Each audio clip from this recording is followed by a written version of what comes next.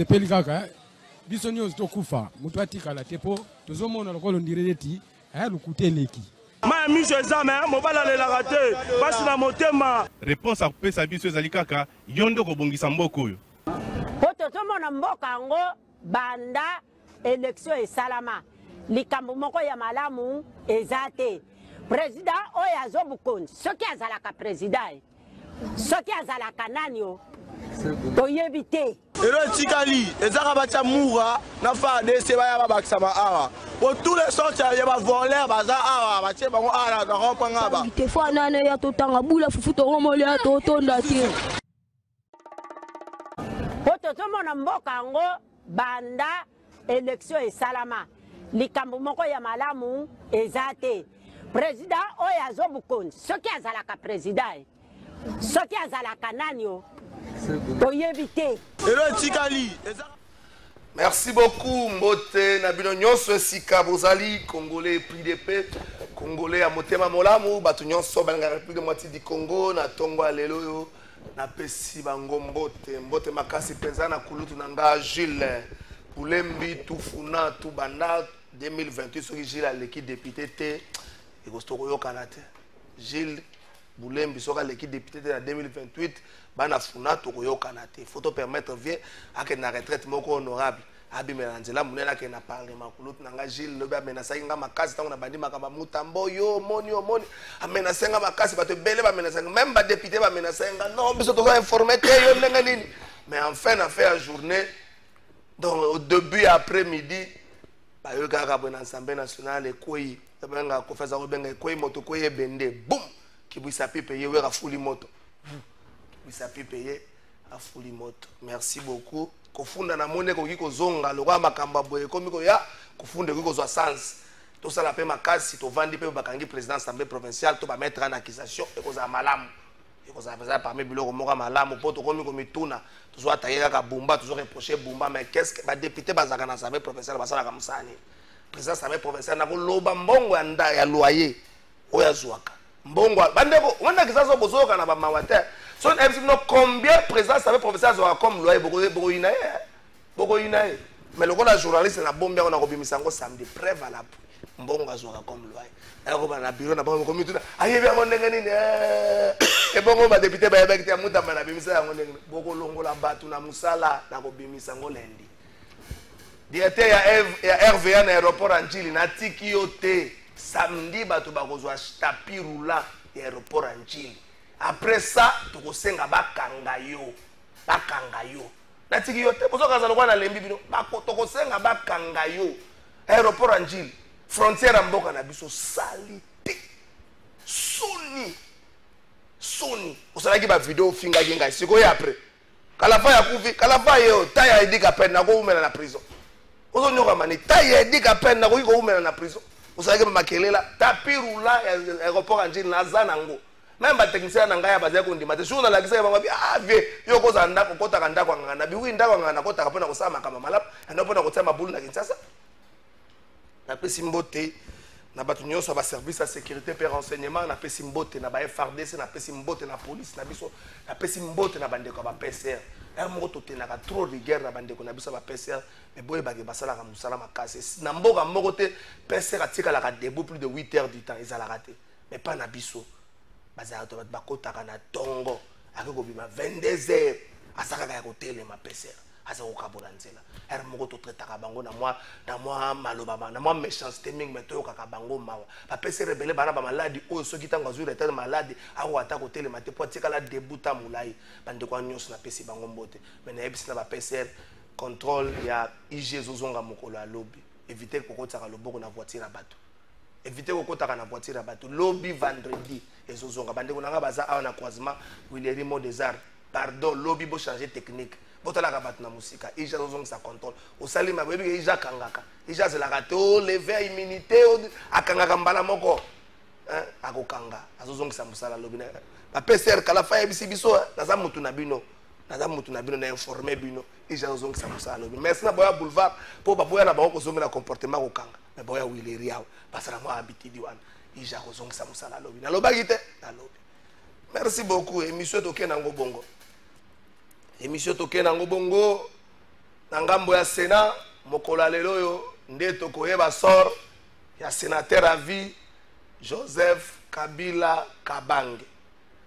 Commission sisaki musala nango malgré que Joseph Kabila qui répondre à la question à commission communiqué angwana ezaki signé par maman rapporteur à Sénat pour inviter ba sénateur le lieu à partir à 14h na plénière moko pour baseli sa dossier oyo nzambe tozo mituna motuna na tunyango na bandeko est-ce que tozo ko fungola piste moko te oyo lobby et ko sala ke ancien président nyonso baleka na nzela oyo est-ce que nous devons protéger ancien président na biso ceux qui toko protéger na dina nini motuna na ba invité na ngana plateau lelo et puis tout tika la kaka na ngambo ya Assemblée nationale na plein parlement to ke siko na Assemblée nationale et siko wapi mokolo ya lobby akamba Costa Mutamba batangi yango ngala zo tsaka nzembo moko tango batanga makamba na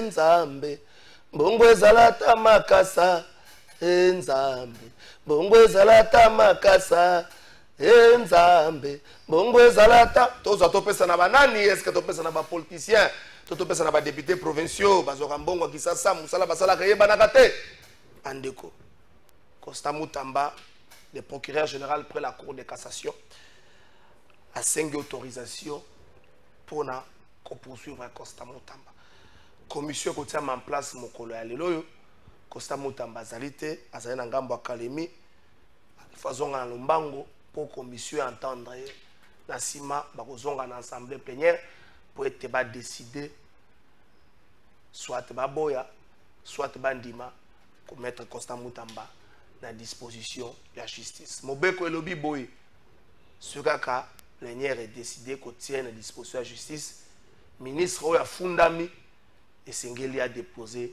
démission là ce qui a conseillé à Costa Mutamba na loba komaka démission tia ngona no wana mopanzi ko sengela nte yo pe uzoko so koma bo parafango publier le wana pe photo bangela yo mais c'est ce que dit la loi ceux qui va mettre à disposition de la justice et bongo comme tika lettre de démission pour mitika na maboko à justice voilà de makambo sana magina Assemblée nationale lobby na Assemblée nationale lobby ba député mususu bazali ko s'opposer na exécution ya sentence contre Matata Ponyo amon lokola cour constitutionnelle a commis comme pesa ba pouvoir moko eleki koleka oyo mobeko epesiye Vital Kamerhe a rassuré bango alobina bango ba s'apaiser nanu ba saisir Assemblée nationale d'une manière officielle ceux qui va saisir Assemblée nationale d'une manière officielle ba kotala et lo konene ba sala mais jamais ba kotira la ko s'opposer na mobeko ya mboka na biso. Merci beaucoup. Waneza mambito kolobela na lobengo be Joseph Kabila Costa Mutamba Matata Ponyo pe moi moke na cadre ya bonjour na autre téléphone muto so bato ko benga moi 5 6 batuna na ceux qui ba yebi musala assemblée provinciale basala ka ceux qui ba si ba yoka ta plénière moko ya assemblée provinciale ya Kinshasa ceux qui ba si ba yoka ta plénière moko ba ndenge bazana ba député professeur baza 48 opposants zate baza bango na bango botika ko charger bumba ye moko uchana cohorte ya ba député les 48 députés provinciaux baza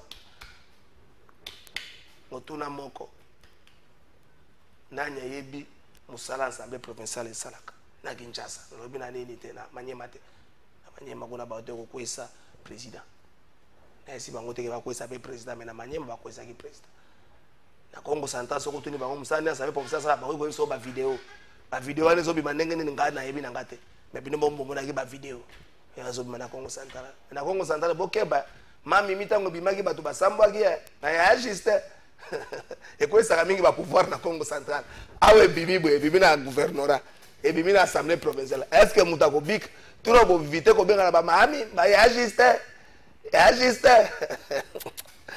politique à Congo, ce que tu as dit politique à Congo, la vie de loin, et ça, je crois que c'est la vie de loin, de Moukwata. Je suis comédie, la politique à Congo. Ndeko Simon li fait un appel sur Mbote. Mbote Kulutu Kalafai, merci mingi pour l'invitation. Na même occasion, na présenté ba vive salutation na ngai na ba codebatteur ya Tongo Lelo, na moni bongo président Prince Kinana. La pesi Bambote, ndeko na ngape en face na moni na kiteni ya rouge. Ils la kabongo symbole soki pe makila soki pe ya pouvoir to éviter mais na pesi Mbote. Congolais Congolais nde mokonzi Congolais nde mokonzi na kosepela aussi na présenter ba Congomani bazwi libaku ya kolanda biso na Tongo Lelo Bambote na yebiki bozali bongo ko souffrir sous gouvernance ya mwana mboka Chilombo na ba adepte na yo bazali bongo ko kamba ngumba Congo tope ba biteni ya ba province na biso bozala bongo na Ilikia sauveur na bino mwana mboka honorable Jean-Marc Kabunda wapi boko pesa et confiance na ba élection ekoya. Je pense que tokozwa bongo tango ya kobongisa ba dégâts au nyonso gouvernement en place bazali bongo proposer. Merci mingi ndeko trésor. Merci beaucoup ndeko Jules. Ndeko Jules, vous avez parti à IFF ya Kulup Nangai Constantin Bengele. Ils ont fait la force avec le secrétaire général Junior Bakokela Oyo na présenté ba condoléances à Bongisa ki ndeko naye na ngambo ya Équateur ndeko Jules na pesi Opembote. Merci beaucoup Mopanzi Sango Monene la République démocratique du Congo pour l'invitation na yo. Vous avez permettre biso na participer na kopesa makanisi non seulement na peuple congolais mais na ba dirigeants ou bazali ko kamba biso. À profiter de sa mbote mingi na commandant suprême de la force armée congolaise et la police na pesi mbote na président national Alma Mater Nangai Constantin Bengele Tamuke pa ezwamiye et surtout Outskolo Bayango naza ko présenter ba vive condoléances na secrétaire général ya parti Nangai Junior Bakokela tozali de cœur na yo na passe et outil kokomela yo na Pessimbote na Levi Mbuta, président de l'Assemblée provinciale de la ville de province de Kinshasa, sans oublier bana ya Changu Nyoso oyo bazali kolanda biso pe ba congolais Nyoso et pas Nyoso bazami. Oui, bino ndiye bokoma na banyonga bambota batu botambola kanango hein. Vous avez une émission, il y a politique, vous avez 5 personnes, vous avez une banyonga bambote. Otika makambo na RFI jamais oyoka bazopesa batu mbote même président parti na yo. Otika makambo. Quand ce qui n'a pas mon président parti, moi appelle ça mon mot et bon président parti. Mais le pas tambola, on tambola la liste à battu. Donc on a un musicien, tout va porter parole. Au bon mi presque là là. Mais à couper ça kaka. Général. À couper ça ça. Il y a couper papa. Yo kangila c'est à rouge. Kangila c'est à rouge na mutu boeli kamune. Papa. Yo bosani, yo a congolais. Oyebi ke mboka na biso parti presque mignon sur la Est, ils allaient sous occupation de l'armée rwandaise. Oyebike, Makila, ils allaient kosopana. Tous les jours, qui n'ont pas tongo ya lelo, tozana yo awa. Et singeli, na biso ba congolais, ko changer attitude. Ko lakisa, moi ba signe mon qu'on est fils qui a mis. Tambola na ngona nzela to la ngona ba plateau. Na tambola na ngona na nzela, ceux qui na bosani angote, tazana ngona plateau. Mais na lataka yango mingi place oyo bande ko na nga bakoki komona. Baïbake non, ils ont des biso bazali na Kinshasa, bazali de cœur na biso, bazali ko soutenir biso et puis bazali ko ça la pression pour être solution et les kanako pesama solution ezali nani ezali la paix définitive. Merci beaucoup. Prince Kinana, je crois que pour ça n'a pas cité le rôle à Bandeko, yo sa yo mon président parti na yo. Et de so pesa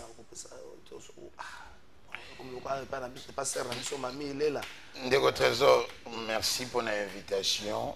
Na Kei Lombango ko dénoncer Maïma Koleka na RTNC. Oui, qui va confrère na yo papa. Maïko politicien. Na côté là ba confrère na yo. Est-ce qu'on renir ba élément nyonso? Mais tout monde sur la place publique n'enge ba tata mibimba de père de famille na ba maman. Il faut aller fouiller. On a fouillé. Bako baluka na mabele parce que ils acquisent près de 20 mois d'impayement. Ça, c'est la prime, toi, salaire. Na prime, na salaire. Balobi boyi. Redevance et yakati. Cette redevance, il faut tout na yangonani. Moninga na yo Patrick Mouya Yakatembwe. Ministre. Journaliste du gouvernement, représentant l'émission à RTNC. Émission briefing. Ou à Benga, ministre, journaliste dans le gouvernement. Yo namboka ni des hommes ministre yambi muninga ni ministre msuba ko tuna na ba question. Non mais stratégie ko ça na partout hein. Ma journaliste pas toi poser ba question. Donc bande ko extension ba contacter ki biso ba ki l'unique journaliste za na munyongo te kune daka muyaya. Ba obatikali bango neso na ba technicien ba kolela toko mituni les salaires revêtent caractère sacré. Ba parents na ba ko vivre ndenge nini. Mais eloko epesa ki nga pasi za que ya komona comité de gestion. Et quand mamina, moi si maman. Et pourtant le droit de grève est reconnu, c'est un droit constitutionnellement garanti. Mais maman a coopéré dans la force de l'ordre, baba n'a dispersé bande ko extension pour que ba gréver les sociétés. Et ça n'a pas si makasi. Mais aussi, ngaina yo to mi pesa beaucoup plus pendant la dénonciation dans secteur ya EPST. Oui bien enseignement à la avenir. On a dénoncé Mbango. 10 secondes. Est-ce que vous savez que le mouvement grève les sous sur l'EPST? Namoni Mikanda, sur les réseaux sociaux, bien réceptionné dans le service, c'est très dangereux parce que le calendrier scolaire a plus ou moins 222 jours. Mais côté là, enseignant avec le phénomène NPNI, ODG Silaka, tant que on a bandé Masola gratuit enseignement en 2019. Mais on a matriculé, payé 155 000 enseignants. Mais n'ingénie l'isolo ba NP na ba NI donc ici il y a lieu de voir que la ministre Raïssa Malou Ali très incompétente. Moussale Kosale Maté, regardez le conflit. Regardez le conflit entretenu entre Yé Nadina Kopé service à lycée chargé. Il y a payé, il y a nini. Le conflit est comme côté na bande ko mususu. Baba ndako s'attaquer na ba secteur mususu ya PT 100 ba. Par exemple, il y a un secteur ba bengi Dinak. C'est la direction chargée ya kotongi ba infrastructure. S'il vous plaît, katana li point skina na moninga na presse penge. Point skina na s'il vous plaît, katana tozonga na makambo na sima. Toke na makambo to tina thématique. To tika makambo na bilimo apesi. Toko lo mambo mboka oboyi. Vezulu salini. Pena comme kolela la combo na yo ve obima na porta munene okende na l'Assemblée nationale. Okende na musoko mata vezulu. Turo okende toko banda biso na funa. Toko travailler. Ozo tuna qualité ya vice-gouverneur ou qualité il entretient de très bonnes relations avec les députés. Qualité. Merci beaucoup. Na tangi mutu. C'est na obina kisasa. Il entretient de très bonnes relations avec les députés. Tuni ba député saka musale ngana chauffaka pe ba bande. Ndeko Simon Lifeta. Est-ce que vous avez une assemblée provinciale est-ce que vous avez l'idée à plénière moko et marqué depuis les législature de l'assemblée provinciale? Merci Ndeko. Parce qu'on condamne trop le gouverneur. On a tendance à trop condamner le gouverneur. On oublie qu'il y a un service où on est chargé à contrôler, à contrôler la moussania, à la main. Service où on a tout le bango clair. Tout ça, on sentir dans l'assemblée provinciale. Mais déjà, on tourne au opposé au PCK. Je ne dirais pas quelques éléments à réponse, mais on déjà presque réponse. Assemblée provinciale est un organe délibérant à la deux missions principales. Contrôle, il y a exécutif provincial. Aussi, qu'on légiférer sur le plan provincial, qu'on voter, il y a des instruments juridiques qui permettent le fonctionnement de la province. Il y a une mission principale ou une mission sacro-sainte où ils allaient reconnaître une assemblée provinciale. Sur quoi examiner ou soit analyser le fonctionnement, il y a un APK, Assemblée provinciale, il y a Kinshasa. Est-ce qu'on réfléchit à ce sens? Est-ce que Bazali vraiment exercer ma mission sur le plan de contrôle? Moi, je pars plus loin pour considérer même comme M. Lévy Mbouta comme étant parmi les conseillers à Bumba. Comment vous considérez Lévy Mbouta, actuel président de l'Assemblée provinciale de la ville comme étant pasteur privé à Daniel Bumba? Donc, au lieu, Yemoutou Azali chargé, étant que représentant de l'élite provinciale, a veillé vraiment dans le contrôle sur l'exécutif provincial, représenté par le gouverneur. mais à se transformer comme un garçon de cours, soit pasteur privé. C'est pour dire que l'Assemblée provinciale et Kinshasa en termes de contrôle, ça la le côté. Pour preuve, je ne sais pas si vous surprendre dans l'information. À ce que je sache, il n'y a jamais eu interpellation par l'Assemblée provinciale. Il y a invité ne fût qu'un membre du gouvernement provincial de Bumba, ou soit un gestionnaire, il y a régie financière, il y a compétence civile à Kinshasa. C'est là que mon à mon côté. D'ailleurs, s'il fallait que ça allait cas, il faut taper comme ça, il y a bien ça, ils allaient bon fils mon coco. Ouais, bon, je pense que comme c'est na raski. Non, na gwani na ba bi ezali. Na ko tate parce que vous êtes sans ignorer, et même na recrutement au vous battre source na ngozula ngwa puis il y a que DGA, alors ça l'appel na recrutement na kati ya institution provinciale wana, ay na batu pour que ko ba combattre ko ba di progrès. Déjà, ils allaient ba violation flagrante, il y a ba texte même d'aller au régime Mboka. Pour dire que s'il faut pas interpellation, il y a un exercice, il y a assemblée provinciale à l'égard des membres exécutifs provinciaux sur ces points, après qu'ils allaient faillir sur tous les points. Qu'est-ce qu'il faut faire pour l'assemblée provinciale, ils allaient combattre un record. Aller combattre un record, il y a comment dirais-je, il y a incompétence que l'assemblée provinciale l'union est succès. Mais bisous que tu as de mal en pire. C'est pour dire que APK avec Godin Poi, c'était mal. Mais avec les Bimbuta, c'est pire. Tu évites son lobby. D'où on a intérêt de corriger pour ne pas s'empirer davantage. Merci beaucoup.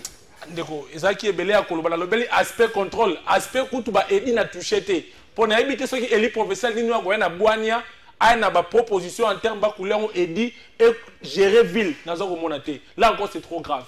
Merci beaucoup. Ndeko Jules. Yebi musala APK oyo ba mission principale ba pesibiso. So musala oya salaka. À part nenge basaki wana bakomaki lokola président komaki porte-parole à gouverneur basimi mabo alakisi bango ne bakanga maboko pesa image wana alakisi bango ne baloba bakanga maboko bo baza koloba so mo mutazo kanga maboko so kazo misama kama malonga tane bazo kanga bakangi maboko bango so basimbi bakangi maboko à part oyo oyo musala basala. Merci beaucoup Deko Kalafay. Malgré l'attitude nayo oyo oza kozwa to posture nayo oza kozwa lelo ilongoli qualité na yo ya grand journaliste ya Congo te. En dépit ya qualité na yo ya grand journaliste Ndeko Kalafay et épargné na yo te koluka information pour na kolesa ba millions ya ba congolais kopesa ba millions ya ba congolais o basalaka yo confiance. Émission na yo ezali ko concurrencer ba émission minene ya ba chaînes étrangères. Peut-être oui baraté et sengeli kozo yango au sérieux. OK isuko papa bimisa nde biloko. Alors, tikangai. Na landa ki ba biloko mo beleka kiawa. Papa question. Non, Zela. Zela. Zela nanu, zana ça recadrage aux ali professionnels. Et l'équipe na chaîne na yo. S'il vous plaît. Zana ali droit ya réponse cité. Non, zana ça recadrage aux ali professionnels. Ozana qualité te, ya ko ça la droit de réponse au nom ya président ya APK. Aux en qualité wana te pour ya ko sala yango il faut basala au mandat basala au mandat ba pesi ngai ndina ko répondre mais awa totuni question répondre ndenge batu nyoso bazo répondre biloko lokola mwana moka benga ngai fondation Levimbu tatu ne fondation za privé ngalo be Levimbu ta comme président sa me professeur na lobi makamanda kuna eta na lobi kitoko na eta to so lobela makamba Kinshasa oyo parcelle APK za salité parce que la salle professeur eza salité na ba bouteille ba makambo ebele yango tozolo bela tikala wana makambo ele kaki oza kuna na kati te bo bebisela biso musala te tant nazo le laver na ngazu nazo la po ba journée sebela bebisela biso musala makambo mutalo baki na chaîne mususu droit de réponse la na chaîne mususu eza la raté na journalisme tikala na motuna merci. Nazali très à l'aise Ndeko Kalafay na ko répondre na motuna na yo. Binomo ba journaliste boloba ke les faits sont sacrés, n'est-ce pas? Les commentaires sont libres. Otuni biso motuna obani na Ndeko na ngai en face que je salue. Otuni motuna mon le feta. Otuni motuna après sur la réponse comme quoi président de l'Assemblée provinciale a comme garçon de course, il y a gouverneur Bumba. Ceux qui ont une preuve à vous en difficulté makasi ya kopesa yango na lingi ko kende kunate mais na lingi ko kota et pas aye ko chité à l'obiki assemblée provinciale ya ville province de Kinshasa oyo ezali conduit na mwana mboka Levi Mbuta du reste compétent alobi baza kosala ata eloko moko te atikala nanu kozwa ata koyoka ata interpellation moko ya ministre moko na assemblée provinciale te nabi aza na faute te mabe ezali kaka ke ntango ozali communicateur je t'apprécie beaucoup oza koleka na télévision bakongolais ebele bazali kolanda biso esengeli kopesa bango la vraie information il faut kobandana na kosinformer. Je vous dis que depuis l'Assemblée provinciale, il y a vu la province de Kinshasa. Ezali ba interpellé déjà 3 ministres. La plénière na APK na kotangela yo, ministre intérieur, ministre ya santé, puis ministre ya transport. Ba image Ezali, ce que l'ingé information, Assemblée provinciale Ezali ouvert au kende aux informations. Je t'informe que l'ancien DG, il y a DGRK, pour la mauvaise gestion, azalaki cloué, azalaki tombé, bakoué sakiye na assemblée provinciale, oyo ezali conduit na Levi Mbuta ici à Kinshasa, ezali histoire ya Kalate. Na évité ce que zaki wapi à cette époque-là. Olobi malamu que banini principal il y a assemblée provinciale, ils allaient contrôler l'exécutif. Mais en interpellant les députés et les ministres provinciaux, ils saka un ADG, ils allaient contrôler, c'est-à-dire que na demain nous basali yango. Na demain nous basali yango. Assemblée provinciale ndenge bazali wana, mission na ye ezali ya ko traquer na ni gouverneur ya ville te. Non parce que Tomesana na tcha mouvement au moins depuis ba installation ba assemblée provinciale la ville na biso Tomesani na ba tcha mouvement koto yo ba benda gouverneur a benda boye tout ça et comme loko la deux équipes Madrid na Barcelone ba o bazo komisa o ba komisa oyo et tant au conflit ezali ko mata tant ya ko travailler pour na ba kinois eza moke donc baza beaucoup plus na ba conflit na ba kolibé o ya l'équipe boye o ya l'équipe boye et na ba conflit wana peuple kinois azali ko bénéficier na elo côté et Levi Mbuta à comprendre que non ba gérera kamboka na ba bruité. La première des choses à faire chef de l'état par lobaki yango stabilité ya ba institution na niveau nyonso. Pourquoi? Parce que mboka nanu ezali na guerre. Ceux qui te bandi ba je otomonaki na ba eleko o eleki ba conflit gouverneur akwei oni ne kwei boye. Donc, bazali moyen ko exécuter ata programme moko ya gouvernement na mandature moko ezalité. Il a compris, aïe libosonan, il a conscientisé le. On ne parle pas de la personne du président, on parle de l'institution. Voilà. Donc, président aïe a stabilisé dans les deux institutions, a créé harmonie, bazo travailler ensemble parce que baza ba adversaire te, parce que bango nyonso baza na mission moko ya ko servir ba kinois na ba kinoise. Donc, bakoki ko bendana te. Alors, lelo oyo, ministre moko na moko ya gouvernement provincial azali responsable na secteur na ye.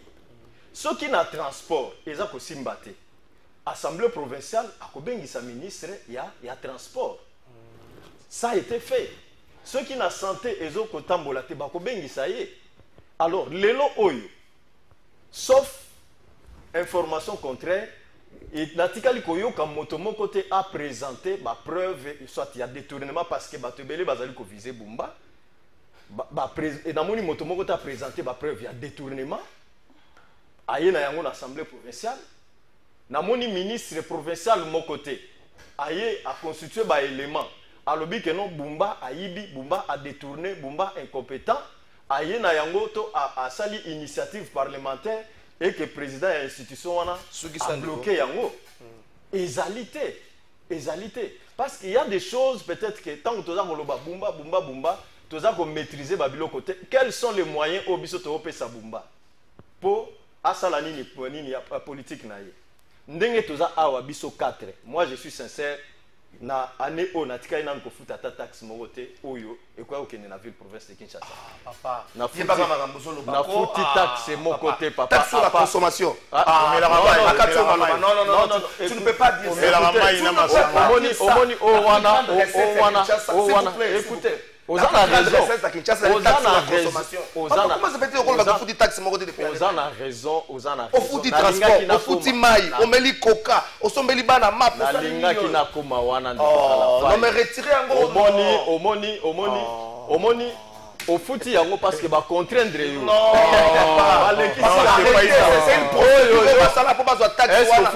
c'est pareil avec la Nathalie Carna. Non, non, c'est moni Jeep, non, là, c'est pas parqué là, c'est pourquoi c'est la voiture dans la cité. Ah, mon amoni voiture, moi, pour qu'elle ait la oya yo, ils ont la cité. Dans l'Alexandre Magamba, les voitures dans la parking. Oyo, voiture dans la oyo, tiki nandaku. Est-ce qu'ils ont la vignette? Ils ont la vignette. Ndeko, s'il vous plaît, s'il vous plaît. Tolongola Kimango, lorsqu'on parle de la res publique. Tolongola Kimango. Tout ça là sérieux. On parle de Kinshasa. Je ne sais pas ce qu'on peut à Kinshasa. Moi, je suis né dans la clinique Ngalema. Tout le monde pas si il y a Kino, on ne saura pas être trop léger dans ma campagne, trop léger dans ma campagne Kinshasa.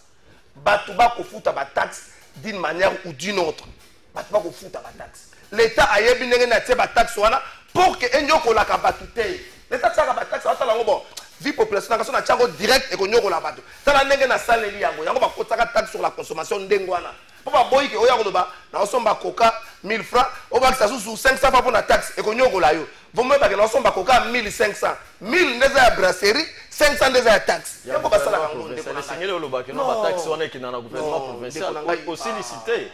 Ndeko kalafai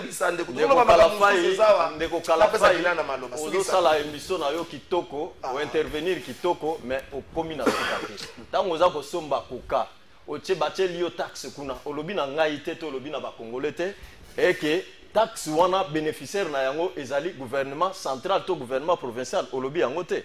Mais moi je vais te dire que source ya revenu principal ya gouvernement provincial ya ville province de Kinshasa ezali ba recette ezali na DGRK. Et puis ba recette wana 37% ya ba recette ekendaka na ba rémunération ya personnel ya DGRK. Je vous dis vrai pour ça la carte émission. Mais oko contredire ngai. Oko contredire ngai. Sugisa. Source ya monene. Source ya monene ezali DGRK. Babiloko oyo lobi wana nyonso ekendaka na gouvernement provincial te. Vous comprenez? Ekendaka na gouvernement provincial te. Ya liboso, wana ya liboso. Ya mibale. Ceux qui banzela par exemple les amis Koufa. C'est là si vous. Bon ben ça va micro s'il vous plaît. Tu n'as jamais été député s'il vous plaît. S'il vous plaît. Bon ben ça va micro mogo. Bon ben ça va micro mogo. S'il vous plaît, bon ben ça va micro mogo. Micro, c'est bon. J'appelle l'honorable Mike Mukeba en direct. Aroyeb Sabiso Sika, taxe sur la consommation et Kendaka. C'est la ville. S'il vous plaît. Oui, dans l'autre chambre.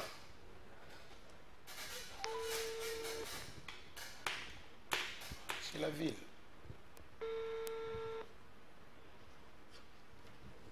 Au moins qu'il y a sur un plateau, toi, tu as une occupation, tu as en direct. Toi, encore, il y a des députés basés belé. Si on a honorable Mike Mukeba, il y a honorable Eric Bokula. Il y a la législature parce que c'est quand une taxe sur la consommation Kenda. Non, papa, c'est quand taxe Kenda. Non, non, papa, la loi est en opposition à la majorité. Arrêtez de prendre les clients comme des idiots, ça fait trop mal. Au long parfait pour arrêtez de prendre les clients comme des idiots, ça fait trop mal.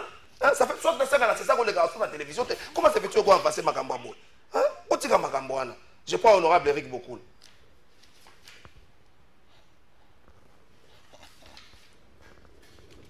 Intervenir dans l'émission. Oui, il va intervenir. Merci beaucoup de Kalafai. Mais la cité est d'abord Bakino. C'est la dose là. Bah, il y a beaucoup limite ceux qui vont plateau. La plus importante taxe de la ville province à Kinshasa, je parle sous contrôle du gouverneur, n'a député ne surtout pas Rolanda Biso dans la taxe sur la consommation. Taxe ya munene we peta Kinshasa mbongo.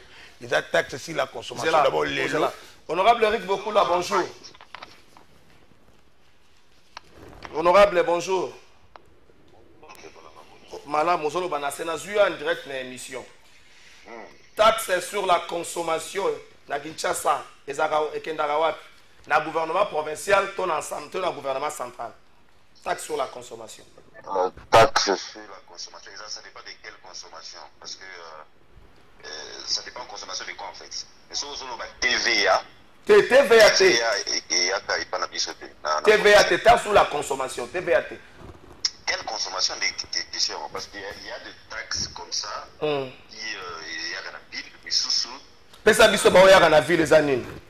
Par exemple, sur le loyer, le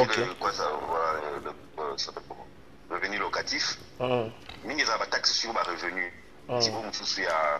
Taxe sur les revenus, il y a taxe sur la consommation. Honorable. Honorable. Taxe sur les loyers, il y a une taxe sur la consommation. Non, il y a une taxe nini. Ah, ok. Il y a une taxe sur la ville. Voilà.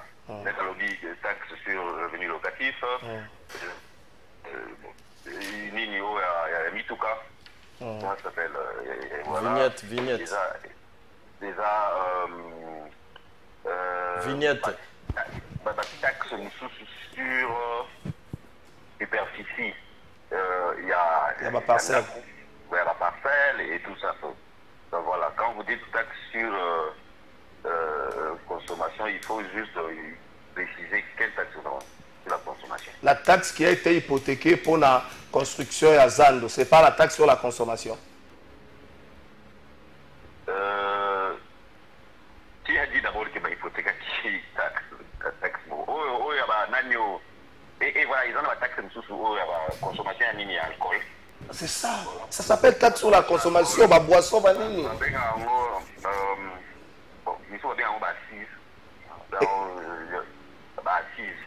Voilà, taxe sur consommation alcool, oui, il y en a participé. La Kinshasa, merci. Presque là, on continue.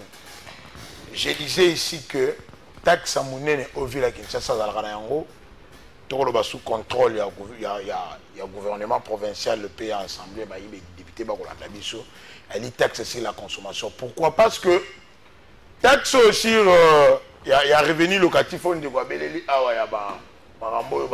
niveau il y a un impôt. Kinshasa a un problème d'abord, il y a enregistré. La population est tellement mais on n'a pas enregistré beaucoup plus souvent, c'est constaté dans la Gombe, il y a un immeuble. Donc, mais nonobstant que les députés dans le Tindaka excellent dans le laxisme et dans l'inaction, mais Oyo, Kinshasa et Zubatu Obaye qui travaillent pour que Bongisa Maïbakutaki Yamabe. Le programme d'abord, il y a le gouverneur Daniel Bumbalouba qui a soutenu la vision de Kinshasa et Zobonga. Et d'ailleurs, c'était un programme bien chiffré et voté à niveau, il y a assemblée provinciale à la hauteur, il y a 3 milliards de dollars. Répartis selon le secteur. Les députés provinciaux, depuis la proclamation à résultat, on a déjà que cette assemblée, où il y a une seule coloration politique, et que la ville n'était pas dans son de cloche moko. Rappelez-vous que l'Assemblée est constituée principalement ou généralement dans les députés ici dans l'Union sacrée. Il n'y a pas l'opposition dans l'Assemblée provinciale à Kinshasa, à moins que je me trompe. Opposant pour la réalité. Mais, pour travailler, il y a à qualité c'est-à-dire par rapport à la production législative. Parce que Maître Simon lui fait Tamitouni, est-ce que poser déjà neti ko sala ba légiférer ba edi ba voter ba edi le 25 avril 2025 il y a eu un édit portant protection des sites agricoles au monde bisika ba maman sala rabilanga maman maraîcher et comment il côté kanenge balingi alors il y a eu un député peut-être na bosani kombo na ya ba ko excuser ngai ayeba ki ko ya ko proposer un édit au niveau de Kinshasa pour que l'État va protéger parce que nous prêchons l'autosuffisance alimentaire. Tant que nous avons joué ici, l'État va proposer un édit sur le banditisme urbain. Et sur base de cet édit, nous avons une action parce qu'il y a même dans le domaine où la compétence partagée entre le pouvoir central et le gouvernement provincial, entre autres membres de la sécurité et de la défense. C'est par rapport à l'idéologie de Monaki, une opération dernièrement, on a une opération Dobo. Il y a aussi un édit. L'opération Dobo, c'est la scène niveau gouvernement central. Niveau gouvernement central, mais en collaboration avec le gouvernement provincial, parce qu'il a dit le commissariat provincial à Kinshasa va exécuter qui. Ce n'était pas léger.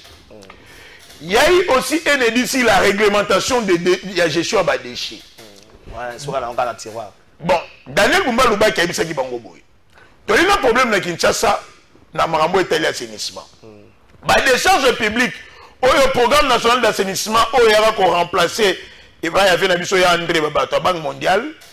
Tangu, j'attends que le gouverneur, d'ici quand nous surtout pour la décharge publique, soit bateka comme ma station, soit polluer. C'est-à-dire que les déchets domestiques, on a évalué à près de 12 000 tonnes par jour à Kinshasa, et Zangi va place à Kokende. Et qu'on souka na ba fulu, na ba caniveau, parce que to tcheli ba tu sika okende ko bonga fuluté. Daniel Bumba Luba ki ayisa ki bango bino ba kelimi beko. Boye ba kokela mobeko oyo ko réglementer ndenge ni to banda ko gérer ba déchets na Kinshasa.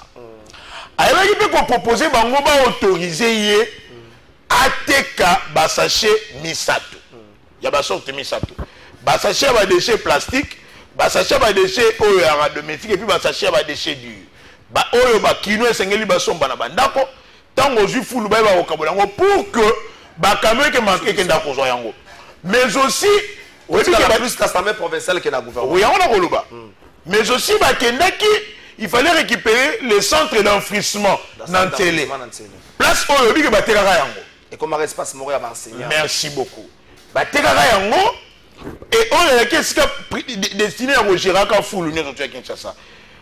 Dans le but que les députés na biso ba ko sala musala malamu. Mais dans le but que ba ko sala le côté. Mais par rapport à la hauteur ya musolo to ko zela ndenge par rapport à attente il y a peuple to ko mona laxisme. D'abord il faut que tu la fréquence il y a ba plénière. Parce que pour évaluer une institution délibérante, batalaka la production législative, batalaka ba moyen de contrôle taux d'information. Et puis, les travaux en commission. Kinshasa est vu, et où tu as un problème de ma cassinet, il y a plus d'hygiène. Qu'est-ce que nos députés ont fait? Merci, Soukawa. Ensemble. Donc, ils doivent aussi bien travailler pour que le gouverneur aille représenter un peuple qui a pression. Moussala paye bakosaya malamu. Le col a plénière est la libre publique. Ceux qui ont assemblée provinciale qui travaillent, la ligne a été tournée de côté, on le baron à TV. Merci beaucoup. Merci beaucoup. Bolimbis honorable beaucoup la peut-être à Bandère ou Lala.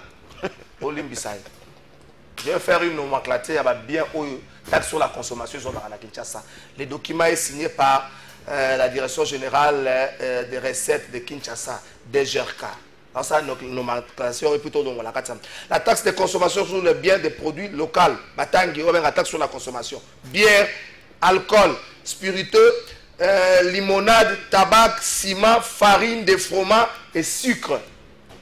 Bolimbis honorable, peut-être à Bandère ou là. Bolimbisa. Bolimbisa. Ça, le rôle là, au chaque joueur na terrain, pour passer penalty, à rater. Bolimbisa, pour passer joueur penalty, à rater. Honorable à rater penalty. Parce que dans l'histoire à Zando, taxe au betaka au batmazo tombola au mukeba tomboli mungonke ba hypothèque la taxe sur la consommation na lipena compléter parce que honorable ayebi avec honorable et si on a honorable ngaki pe abulu honorable a lobby que la taxe a été nantie d'ailleurs la loi l'interdit pour na botongizando pour na botongizando te to expliquer honorable pour na botongizando comme va ngana que le Gentili Mobilambaka avec qui taxe oyo tango kino amelaka mai amelaka bière amelaka sucre akenda kosomba sucre asombaka mapa asombaka farine nde bazwi banantiri yango nalobi ke source ya provenance ya recette de province de Kinshasa ezali DGRK mais kasi bataxe nyonso yango kasi te moko la recette tu es déjà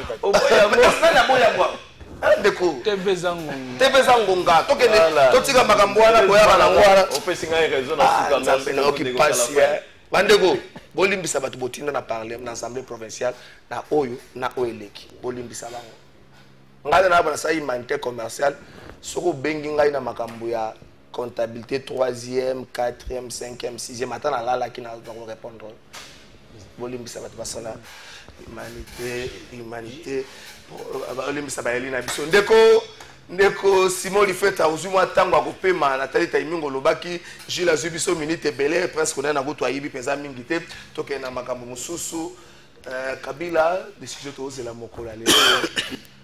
Est-ce que s'il arrivait que lever ba immunité à Kabila, cette décision va nous aider à aller dans le sens de la cohésion nationale?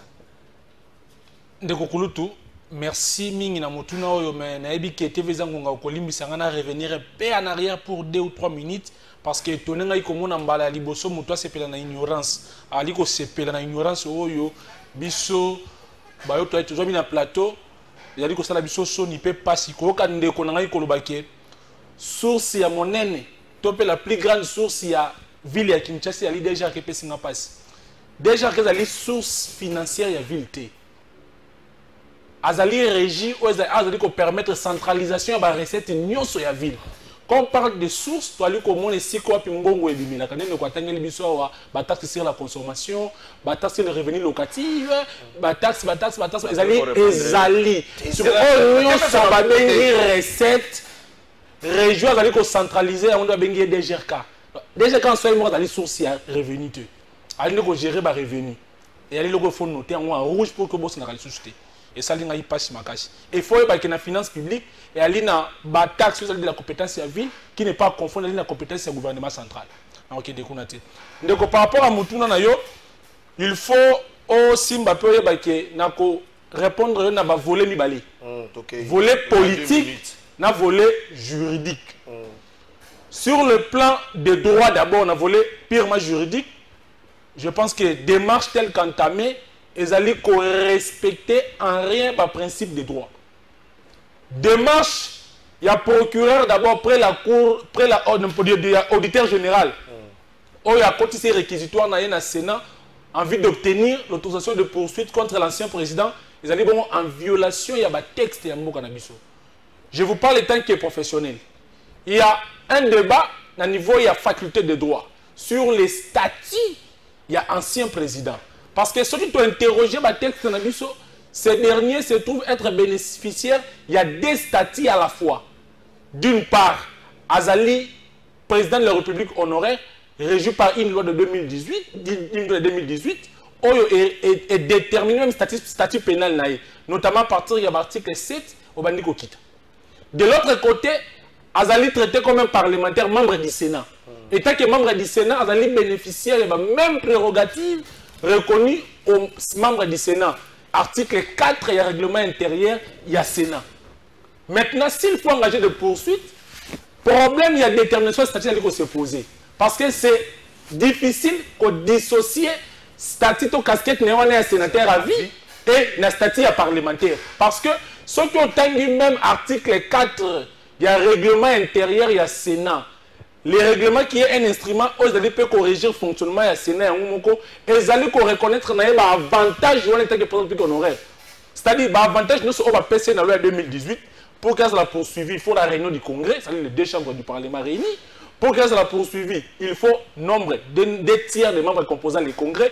Tout ça, Sénat à remettre à monter, à reconnaître en lui. D'ailleurs, Sénat qui est sous lui-même. Alors oui, il est des droits, membre de toutes les commissions permanentes au sein du Sénat.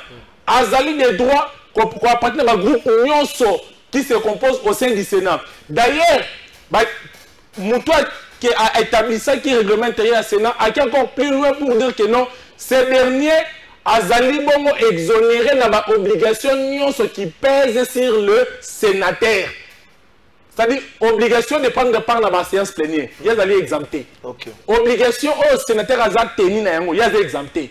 Lui ne bénéficie que des droits. Juste pour me résumer en disant que non, sénateur à vie, un sénateur tout court va aller traiter différemment. Alors si pour dire que l'homme est sénateur à vie, il y a président de la République honoraire et il a plané sur les statuts parlementaires. Si vous avez levé l'immunité, est-ce que ça ne va pas déranger la cohésion nationale?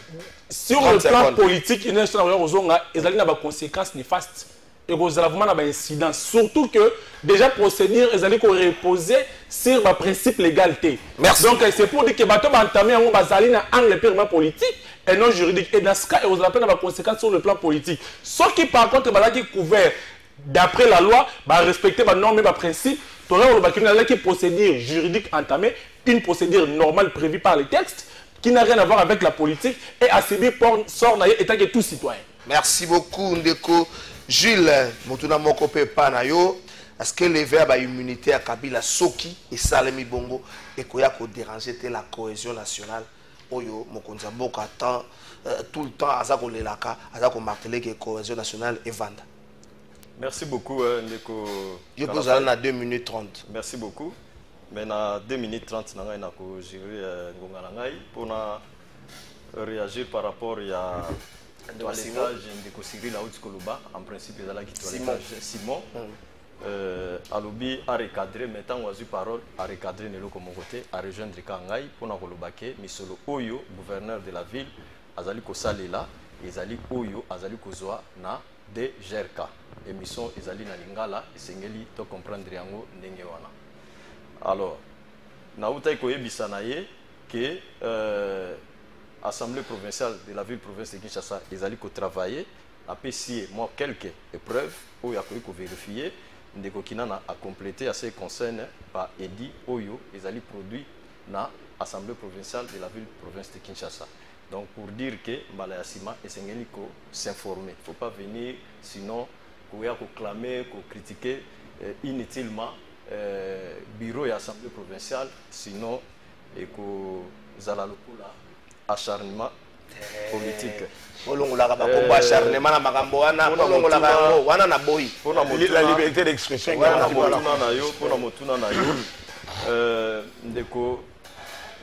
Cohésion nationale, elingi kolobate ke bakanga ba boloko. Justice akanga bisakanaye a travaillé les sous-soutés. Pourquoi? Parce que esengeli tozala la cohésion nationale. Ndenge tolamuki na tongo na lelo, tozali koluka cohésion nationale. Il y a des Congolais, des Quinois, et des Quinoises oyo bazali ko diriger bango na prison, soit ya makala, soit na ndolo, soit na bakasho. Ba Congolais wana bazali différente na auto kotanga toza kotanga kombo ya Royal Dynamique 18. Moto nyonso tozali égal devant la loi. Azali président de la République. Yona Kabila boza ndenge moto. To komaka pe na moi niveau. Azali président de la République des mandats. Extra citoyen. Extra mais toza différent. Kasi totanga constitution balobi ke Congolais nyonso tozali égaux devant la loi. On est la constitution ezali ngaité. Constitution wana epesi statut moko ba privilégié epesi na bato mususu. Constitution wana epesi mandat ya sénateur à vie. Alors, ceux qui totalent Sénat, juge naturel, il y a sénateur, parce que ndeko auti koloba ndeko Simon, auti koloba ki azali sénateur, le lengen moko na ba sénateur, nyoso a créé moi quelques différences. Mais c'est pas ce que j'ai dit. Mais ndeko Kalafay, juge naturel, il y a sénateur, Izali Nani. Izali cour de cassation. Yinda azali juge naturel, il y a sénateur. Alors, tant on ndeko Kabila, ba fait au bazali ko reprocher. Asali Yangote Tango Azalaki président de la République, na 18 ans à pouvoir. C'est récent et ça flagrant sikoyo. Aouti Kosala Yango sikoyo. Ba geste naye, ba preuve au justice Azali ko détenir Izali, bien que ba mettre Yango en place publique. Mais lorsque le gouvernement a clamé haut et fort qu'Azali ko détenir ba preuve, ba pesaye, ma coquille, n'est-ce pas? Il y a ko démontrer Yango et puis ce qui est Ndeko Kabila Azali inculpé ba kangaye. Bon, ceux qui balobi que le fait qu'il y a lever immunité naie, ezali constitutionnalité. Même quand la biso ezali organisé, ba institution ezali. Tozali na institution oyo ezali kota la makambo ya justice, ba kenda ba interroger cour interprétation. Ba senga cour constitutionnelle à interpréter. Ce qui est cour constitutionnelle à koko ya ngambu na bango et que auditeur général Azali na Libungi Bissonio Sotoko s'est plié. Mais pour l'instant, moi je sais que Kabila Azali sénateur et que juge naturel naïe Azali cour de cassation et c'est la même cour où Azali Kosenga levé à immunité naïe pour la flagrance n'a pas fait où yazali ko sala azali ko participer na pardon c'est l'auditeur général. Ouais, auditeur général équivalent na nini militaire donc ba lever immunité naie à se présenter devant les juges mais comportement ya ndeko oyo comportement naie et démontrer clairement que azali parmi bato o bazali ko boma ba congolais bazali ko piller ba richesse na biso ba déclaration oyo asali moto nyonso ayoki yango M23 oyo azali ko bundisa soit disant azali ko bundisa na 18 ans na ya pouvoir c'est le même M23 oyo ye aye ko défendre pour na kolobake bazali na bazali aspiration ya peuple c'est le même M23 donc ils allaient qu'au mois et là comme ça tous allaient qu'aux Zélandais qu'au Calafay que la justice soit faite il n'y a aucun Congolais qui est au-dessus de l'autre et merci. Surtout que loi wana bazali ko loba wana bon bien qu'ils allaient loi mais sinon ils allaient qui loi moko anticonstitutionnel je regrette ndeko nani wazaki qui auteur ya loi c'était ndeko Modeste Mutinga a induire biso na erreur a induire biso na ceux qui to koti na loi wana to kotala makambo belé ezali contraire na constitution na biso mais ça conforme à la constitution de la baba ça ngo batena compte mais tant bazo pesa ye statut o ezali spécial différent na ba congolais nyonso pendant que constitution lobi que congolais nyonso azali égal devant la loi tokolobani ezala ki constitution na ye ezala ki cour constitutionnel na ye ezala ki ba député na ye papa ba constitution o c'est non non ba constitution oyo batailler sur mesure ba constitution oyo batailler sur mesure likambo constitution to vendre lango lisusu wa kala fay eza na débat de lelo ba peuple bazo sangana te na benga na plateau ngani na boyi na sengi bango pardon tango solo ba cour na ye parlement ça c'est Parlement, c'est confirmé, confirmé. Non, confirmé. C'est qu'il y a marqué différence. Non, Parlement, c'est qu'il y a marqué différence. C'est un message. Message pour Batobazo Sengana Benga na plateau na Boyango. Okosi tout un message. Merci beaucoup. C'est là un message à Bandeko Sengaba Benga na. Je ne sais pas pourquoi la terre wana Mendeko. Ba propos mususu bo pesaka yango. À l'époque Parlement à travers une élection. Des bateaux comme il va député. Tant que vous avez parlement, parlement, c'est dit. Outika makambona, bon mais un peu, bon on a makambo ya musique, makambo ya manique, plateau sérieux. Aux autres plateaux de vérité, je me réfère toujours au texte. Makambo ya musique indingu, manique, banani, awate, bilo kwa le kakate. Tant on a na tanga ina facile na ko bebisa na makambo na te. Oyo na za abattu moi été. Tant on a na ko bebisa na makambo te, botika makambo. Pardon. Donc je ne peux pas continuer comme ça la makambo. Donc Mouzeki Ndingu, Maniké, Pasteur Denis, pour ça la place nous. Élevons le débat. Merci beaucoup Preskina.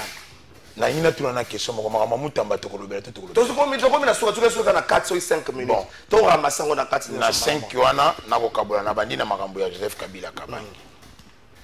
Vous savez baninga maloba. To ke de Joseph Kabila Kabange azali un ancien président de la République Namboka Nabiso et de droit constitué et verré qualité à sénateur à vie. Mais il y a une loi portant statut des anciens chefs d'État élus. Mais loi wana place au peut-être un décogi la quoi argumenté ils allaient frapper l'inconstitutionnalité dans la procédure il y a confunda un ancien président de la République.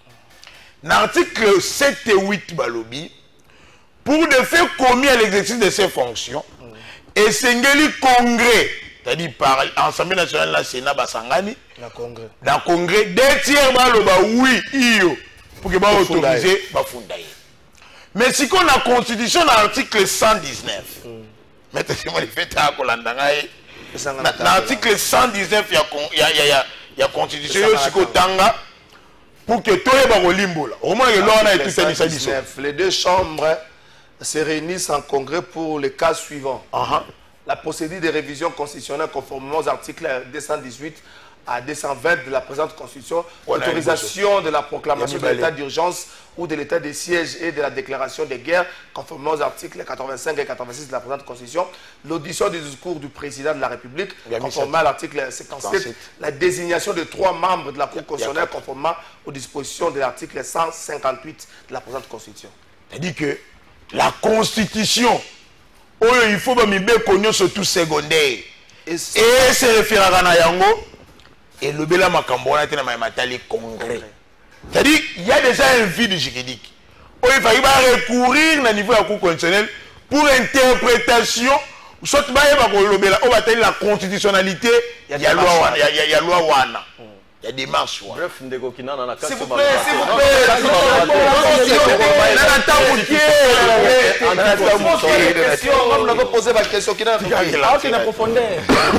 C'est-à-dire ici, le législateur congolais a tika un vide.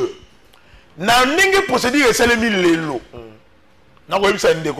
pour de faits militaires ou paramilitaires, ils ont entendu devant une cour militaire. C'est-à-dire que nous procédure recueillie par l'auditeur général militaire et d'aller m'abaiter. Nonobstant que, en tant que sénateur, il est redevable devant la cour de cassation. Mais aussi comme sénateur, qu'en tant que nation président de la République, pour de faits commis à l'occasion ou pendant l'exercice de ses fonctions, il est redevable devant la cour constitutionnelle. Donc, le Joseph Kabila, tu peux dissocier statut d'un ancien président pour les infractions commises en dehors de ses fonctions, son juge naturel, c'est la Cour de compter en tant que sénateur. Parce que la procédure te forme or en droit, si la forme est biaisée et impactera sur les fonds. Mais la cohésion nationale et l'unité nationale est coquille copée de justice transitionnelle. Merci beaucoup,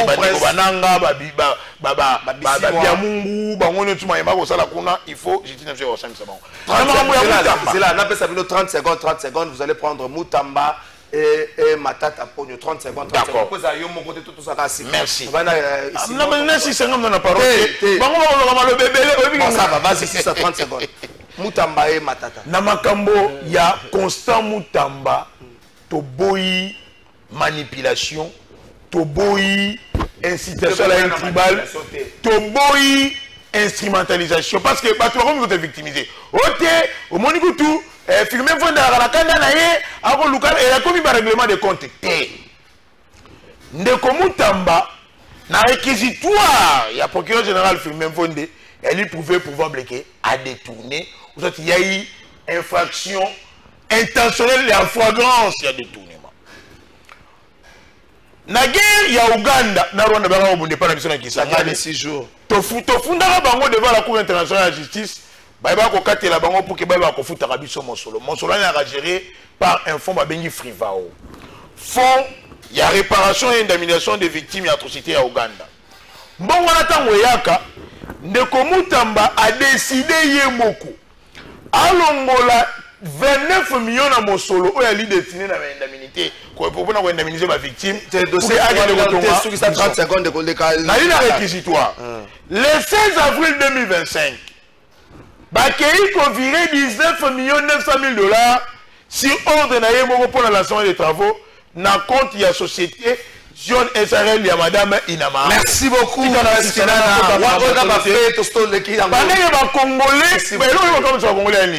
Société Wana est créée le 29 mars 2024. Donc, il y a une existence.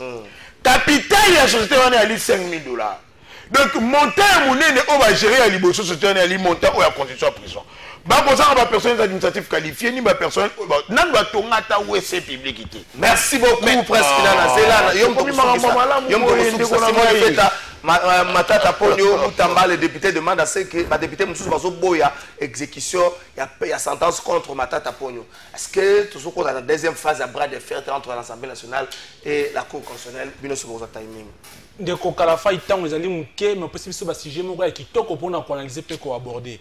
Imaginons pe singa ka Matata là encore vraiment c'est du troubadour babloko moko oyo difficile même à concevoir.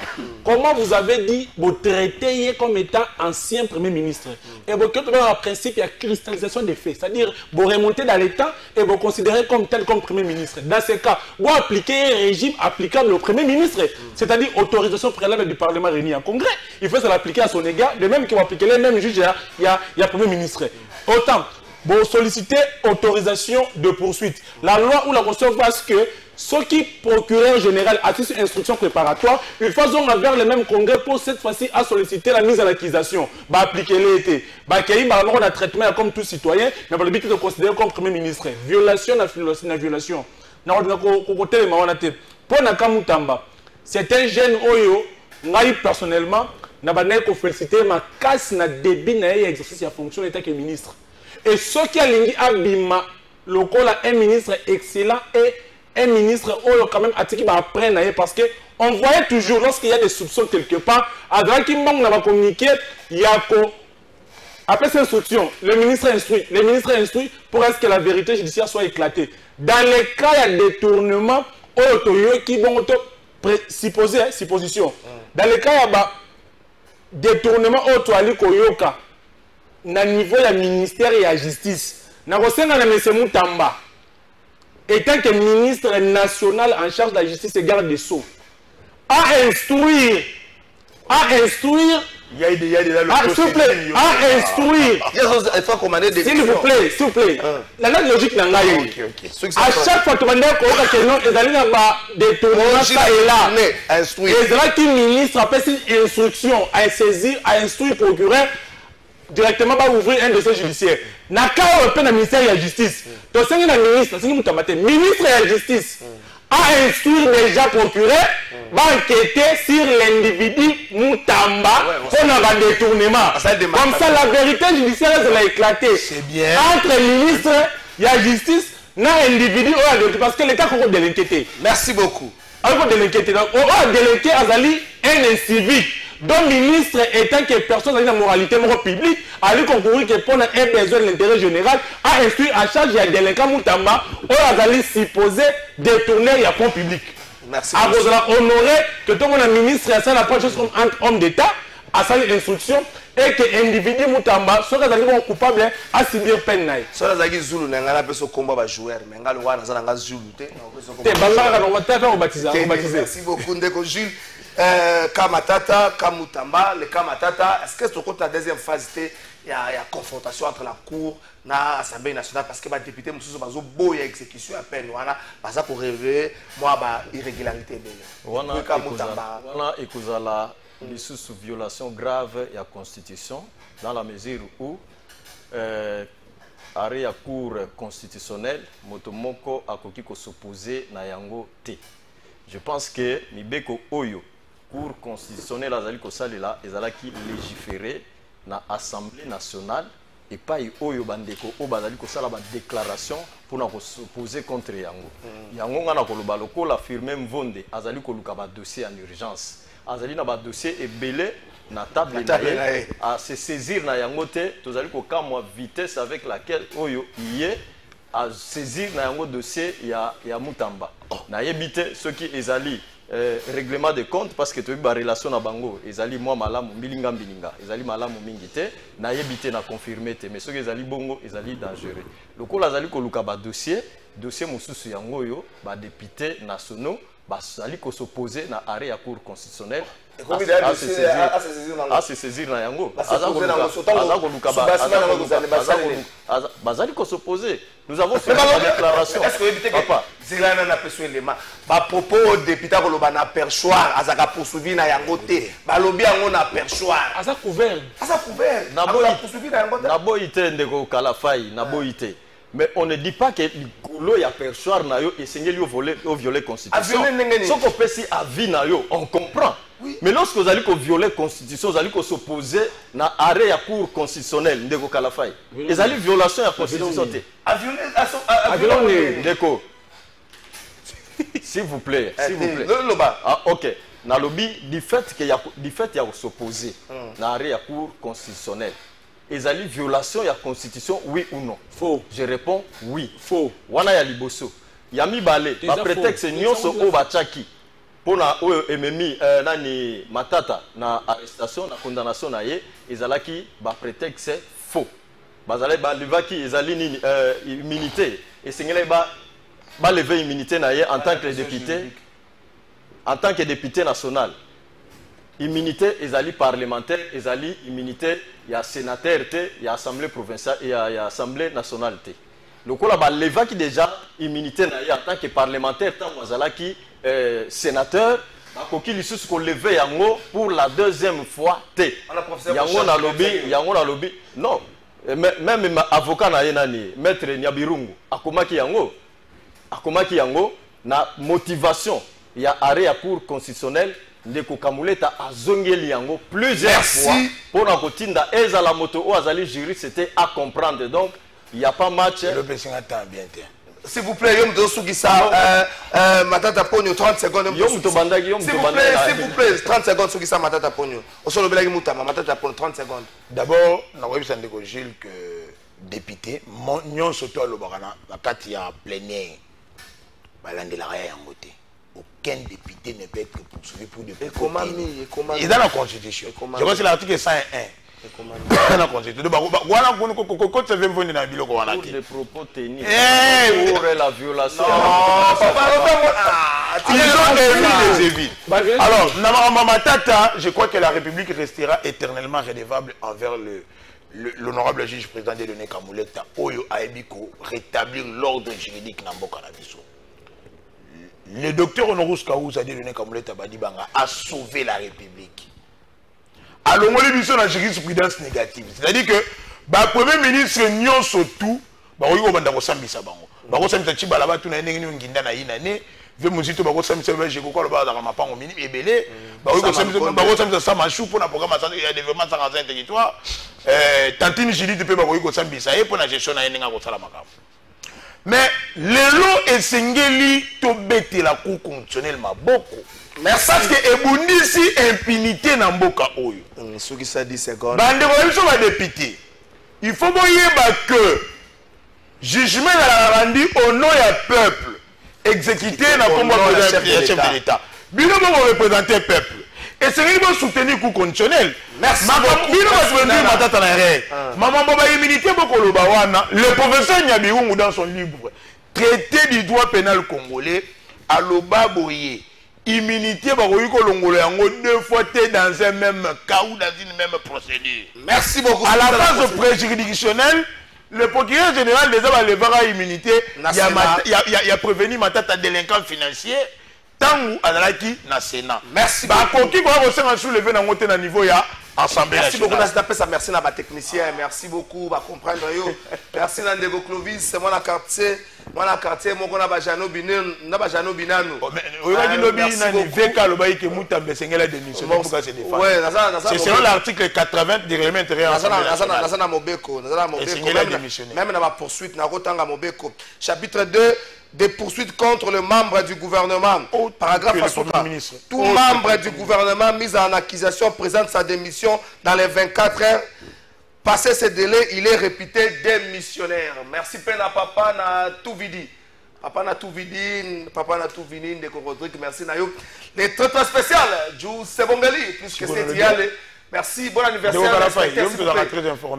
Bon anniversaire, inspecteur. Bon anniversaire, inspecteur Jack Bauer. Bon anniversaire, Naye. Merci, Nayo, Ndeko Jack Bauer, Namaso, toujours à l'écoute. Inspecteur Jack Bauer, bon anniversaire, Nayo. Bandeko Bolimbi Sabiso, soy bo sepela guité, à moi, ma cambo, bimagi, moi, gauche, moi, droite. Bolimbi Sabiso, nyo soit au salon, on a pour intérêt Mboka. Puis nous avons comprendre. Bolimbi s'appelle honorable Eric Boukoula, bon mandat à la gaïete. Je crois que vice-président, vice-gouverneur, il y a Mami Kiango, Tolimbi Sana, et Kozana Tam Soutan, Merci beaucoup.